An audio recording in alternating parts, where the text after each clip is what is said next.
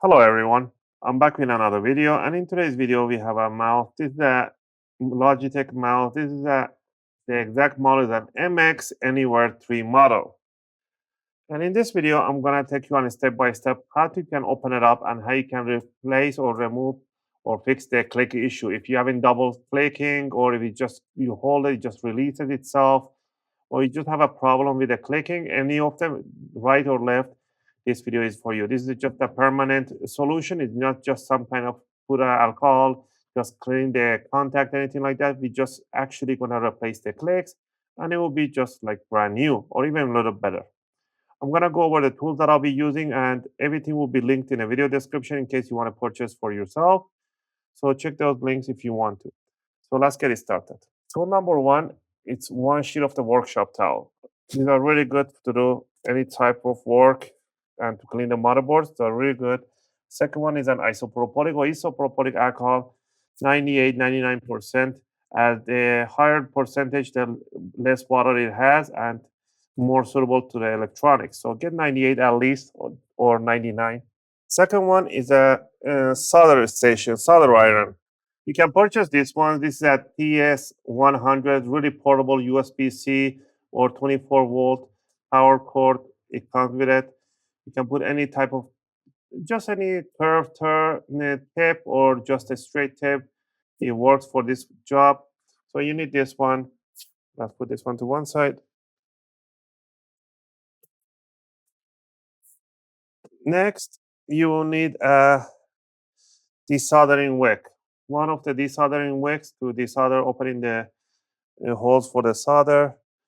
And let me bring my solder. Now you need just a little bit of solder. You don't need the whole roll, just a little bit of solder. We have a whole bunch of tips here. You need a curved or straight tweezer to grab stuff. And pretty much these ones. And flux, a very small portion of the flux, but mine is almost over. I have this big one, but you can get any type of flux for the soldering, doesn't matter. And a household kitchen sponge to clean the tip. And the most important one is your click. And you can purchase whichever you want, whichever brand. I'll recommend you really this brand is a Kyle. These are really 60 million clicks. They're really durable and they last longer than what they have from the factory. So we need one or two clicks from switches from here. And that's it, pretty much. I have a little container here, ceramic, to grab the droppings. With all this said, if I miss anything, I'll let you guys know. Or use your new toothbrush to clean the board. And a good screwdriver set. I'll recommend that I pick the screwdriver set as they have all the bits that you need. And for the opening tools, I'll be using a guitar pick. A metallic guitar picks are suitable to opening cases and covers. So let's go ahead and open it up. First, we need to remove the bottom rubber feet, the sliders, or whatever you want to call them. Don't just yank them up. You can damage them. You can just heat it up with a heat gun a little bit, or with a hair dryer if you want to, or you can use an alcohol. Put an alcohol on it, and just simply from inside, there's a little hole in there. You can just gently go underneath, and the alcohol will blend the adhesive, so that way you don't damage them. And just open it up, and you can put it to one side. Just make sure that once the alcohol dries out, it will get sticky again. So remove both sides. Better use an alcohol than use the heat gun or heat it up. It's much better because the heat is going to destroy the sliders a little bit.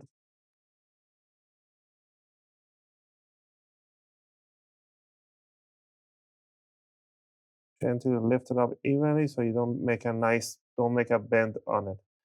Now we have exposed the screws. We're gonna grab ourselves the screwdriver. We're gonna use a Phillips 00, and we're gonna remove the 4 screws underneath.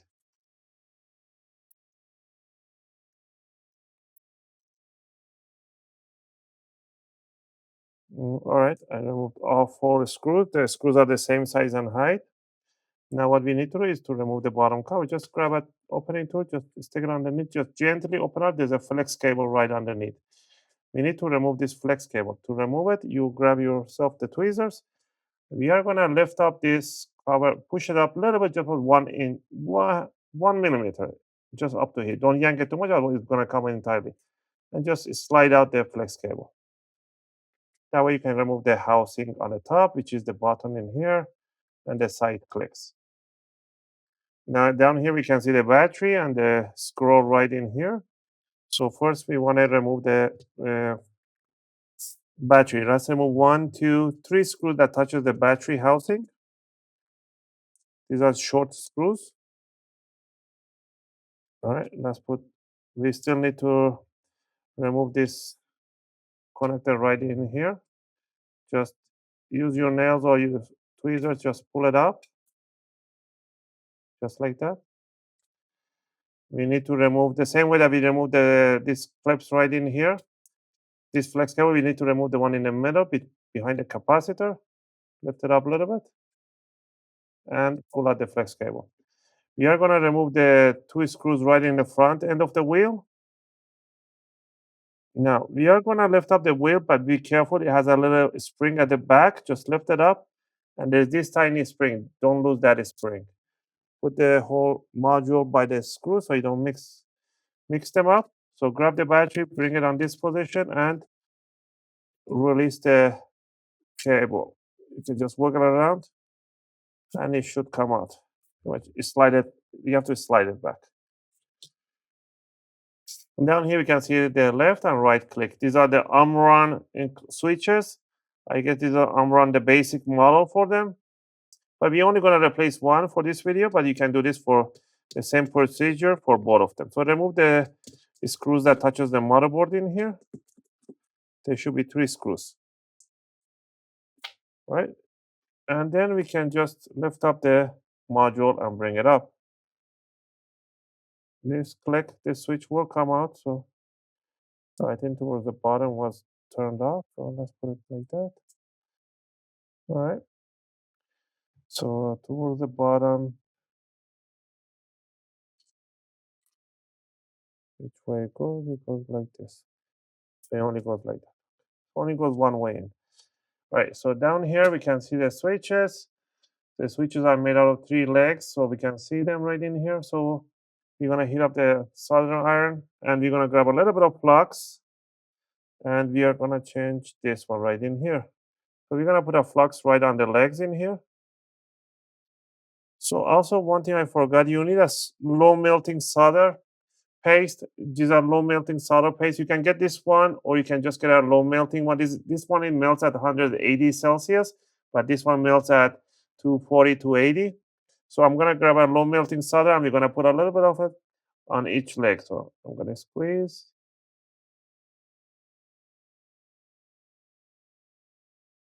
Now what we're gonna do, we're gonna just heat it up. The solder is gonna mix together with the old one with the new one right in there. Do the same thing on the second one. And we're gonna go back and forward on 3 of them, just like this. And the bottom should fall off easy, just right there. It will fall off. And there we have it. Now we're gonna first clean it up with an alcohol. So let's grab a little bit of the workshop towel. And let's soak it in alcohol. And we're gonna wipe over this part, both sides. So we have it nicely cleaned up.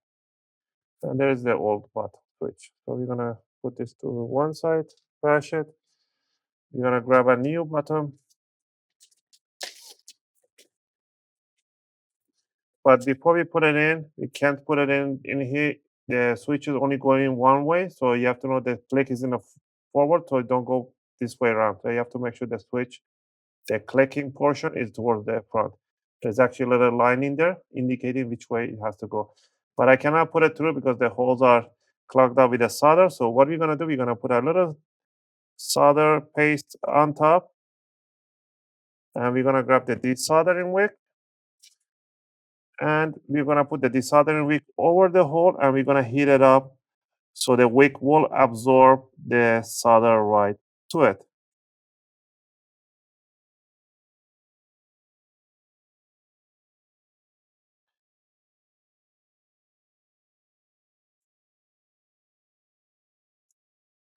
There we have.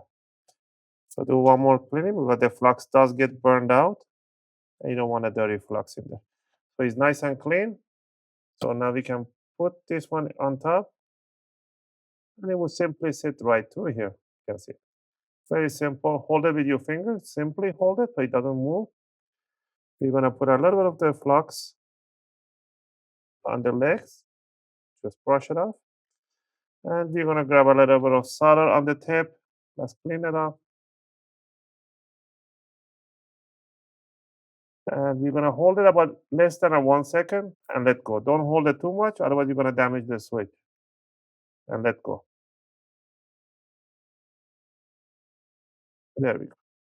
All done. Now we can turn off the solder station. And we're going to clean up the old paste in there. And that's the last cleaning we're doing down here.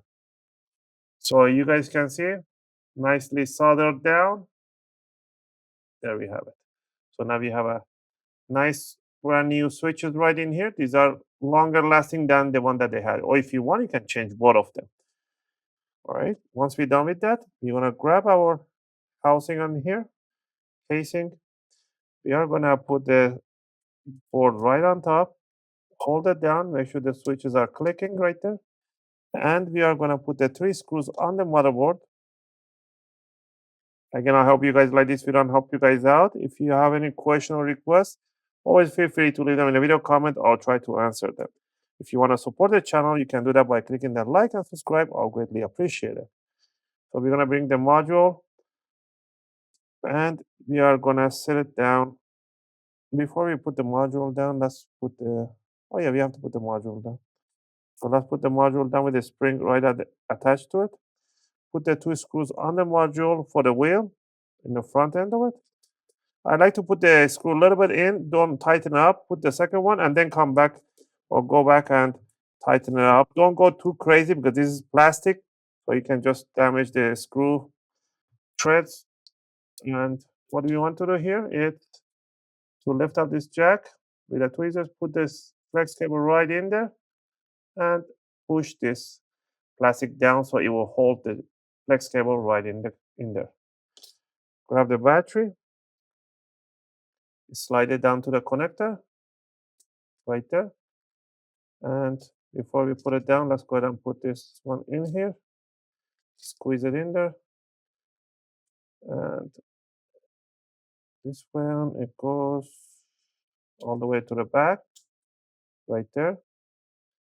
And we are going to put the 3 screws for the battery. I'm looking at the time right now without even rushing it or just taking your time explaining stuff. I'm doing about 15 minutes. So if you don't have anybody to talk to or just do it yourself, you can do it under 10 minutes. Very easy. Just gonna lift up this connector about 1 millimeter. And we are gonna grab this flex cable. We're gonna slide it right in the groove.